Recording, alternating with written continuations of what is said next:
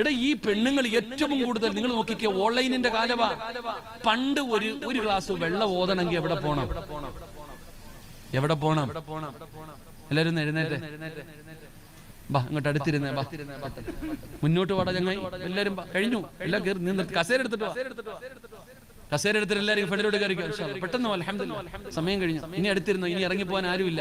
ഒറ്റ വഴി, ഫരീഖും ഫിൽ ജന്ന.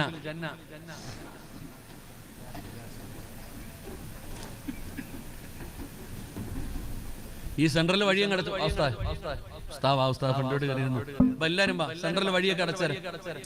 ഈ വഴി അടച്ചേരെ, ഇവിടെ ആരും ഇറങ്ങിപ്പോകാനില്ല. ഇങ്ങോട്ട് നീങ്ങിരട്ടെ മക്കളെ, ചങ്ങായി നീങ്ങി. എല്ലാരും കേറിക്കോ. സല്ലല്ലാഹു അലാ മുഹമ്മദ് സല്ലല്ലാഹു അലൈഹി വസല്ലം. സല്ലല്ലാഹു അലാ മുഹമ്മദ് സല്ലല്ലാഹു അലൈഹി വസല്ലം. അല്ലാഹുമ്മ സ്വല്ലി അലാ മുഹമ്മദ് യാ റബ്ബി സ്വല്ലി അലൈഹി വസല്ലം. അല്ലാഹു സ്വീകരിക്കുമാറാകട്ടെ. പണ്ടൊരു പനി വന്നു, ഒരു ഗ്ലാസ് വെള്ളം ഓതണമെങ്കിൽ ഉസ്താദിന്റെ അടുക്ക പോണോ വേണ്ടേ? ഒരു ചരട് ഓതണമെങ്കിൽ എവിടെ പോണം? ഈ അടുത്ത സമയത്ത് ഞാൻ രാവിലെ എന്റെ വീടിന്റെ അടുത്തുള്ള ഒരാൾക്ക് സുഖമില്ലാത്തത് കാരണം കാണാൻ പോയി. രാവിലെ ഞാൻ അവിടെ ഇങ്ങനെ പോയപ്പോ അയൽവാസിയായ താത്ത ഓടി വന്നിട്ട് പറയുന്നു, എന്റെ ആട് വെള്ളം കുടിക്കുന്നില്ല, ഒന്നും കഴിക്കുന്നില്ല, ആ ഓതിയ വെള്ളം ഇങ്ങ് തരാൻ. എന്റെ ആട് ഭക്ഷണം ഒന്നും കഴിക്കുന്നില്ല, ആ ഓതിയ വെള്ളം തരാൻ പറഞ്ഞു. ഈ താത്ത അകത്ത് പോയിട്ട് ഒരു പാത്രത്തിനകത്ത് കുറച്ച് വെള്ളം കൊണ്ടുവന്ന് കൊടുത്തു. ഈ താത്ത കൊണ്ടുപോയി. എനിക്കൊന്നും മനസ്സിലായില്ല. കുറച്ച് കഴിഞ്ഞിട്ട് ഞാൻ ചോദിച്ചു, എന്താണ്? അത് രാവിലെ സലാത്ത് മജ്ലിസ് ഓൺലൈനിലൂടെ ഇരുന്ന് ഓതിയ വെള്ളമാ. അല്ലാഹു കാത്തിരക്ഷിക്കുമാറാകട്ടെ. ഉസ്താദന്മാരുടെ പണി പോയി. ഇവര് തന്നെ രാവിലെ ഏതെങ്കിലും എടോ വഴുത് കേൾക്കുന്നതൊക്കെ നല്ലത് കാര്യം ഇല്ലാന്ന് എന്റെ വഴുതാണെങ്കിലും കേൾക്കാൻ പാടില്ല. ഞാൻ ഈ രാമനാട്ടുകരെ വഴുതിന് പോയപ്പോ ഒരു പിതാവ് എന്നെ കണ്ടപ്പോ ചോദിച്ചു, നിങ്ങൾ ആ പ്രസംഗിക്കണ ചങ്ങാതിയല്ലേ?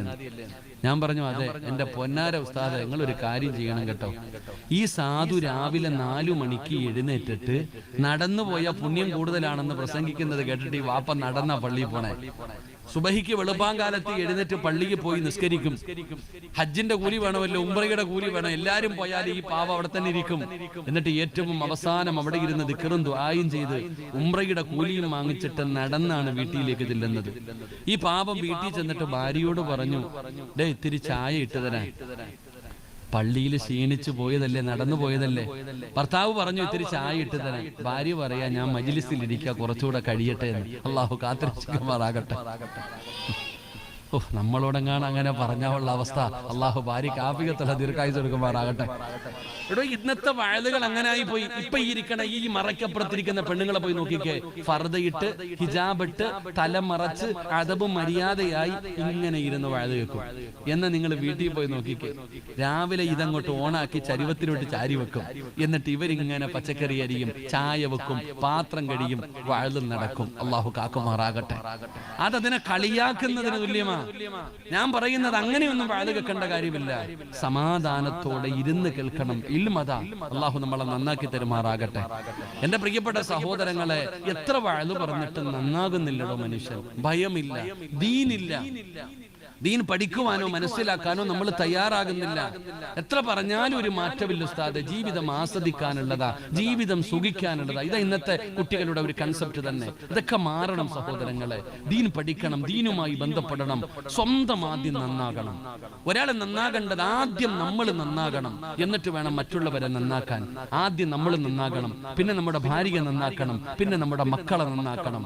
എപ്പോഴും ദീൻ വേണം നമുക്ക് വേണ്ടത്. ഈ പെണ്ണുങ്ങൾ ചോദിക്കും, സിറാജ് ഉസ്താദെ, നിങ്ങൾ ഏത് പ്രവാചകന്മാര് വഹദ് പറഞ്ഞാലും ഞങ്ങളെ പറയാൻ പറ്റുന്നതിന്റെ മാക്സിമം പറയുമല്ലോ. ഇവര് വിചാരിക്കുന്നത് നമുക്ക് അവരോട് എന്തോ വൈരാഗ്യം ഉണ്ടെന്നുള്ളത്. ഒന്നുമല്ല. ഏറ്റവും കൂടുതൽ വഹദ് കേൾക്കുന്നത് പെണ്ണുങ്ങളാ, ഏറ്റവും കൂടുതൽ പിരിവ് തരുന്നതും പെണ്ണുങ്ങളാ. അല്ലാഹു ബർക്കത്ത് ചെയ്യുമാറാകട്ടെ. അവര് ഏറ്റവും കൂടുതൽ. ഞാൻ പറയുന്നത്, പെണ്ണുങ്ങളോട് ഞങ്ങൾക്ക് വൈരാഗ്യമോ ദേഷ്യമോ ഒന്നുമില്ല. പക്ഷെ പെണ്ണുങ്ങളെ ഞങ്ങൾ പറയുക തന്നെ ചെയ്യും. കാരണം പെണ്ണുങ്ങൾ നന്നായേ പറ്റൂ.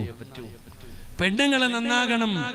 എന്തുകൊണ്ട്? പെണ്ണുങ്ങൾ നന്നായാലുള്ള പ്രയോജനം എന്താ? പെണ്ണ് നന്നായ നമ്മുടെ വീട് സ്വർഗമാകും. അല്ലാഹു നമുക്ക് ഈമാൻ തരുമാറാകട്ടെ. അല്ലാഹു നമ്മുടെ ഭാര്യമാരെ നന്നാക്കി തരുമാറാകട്ടെ. ആമീൻ പറ കാക്ക. ആമീൻ പറ കാക്ക.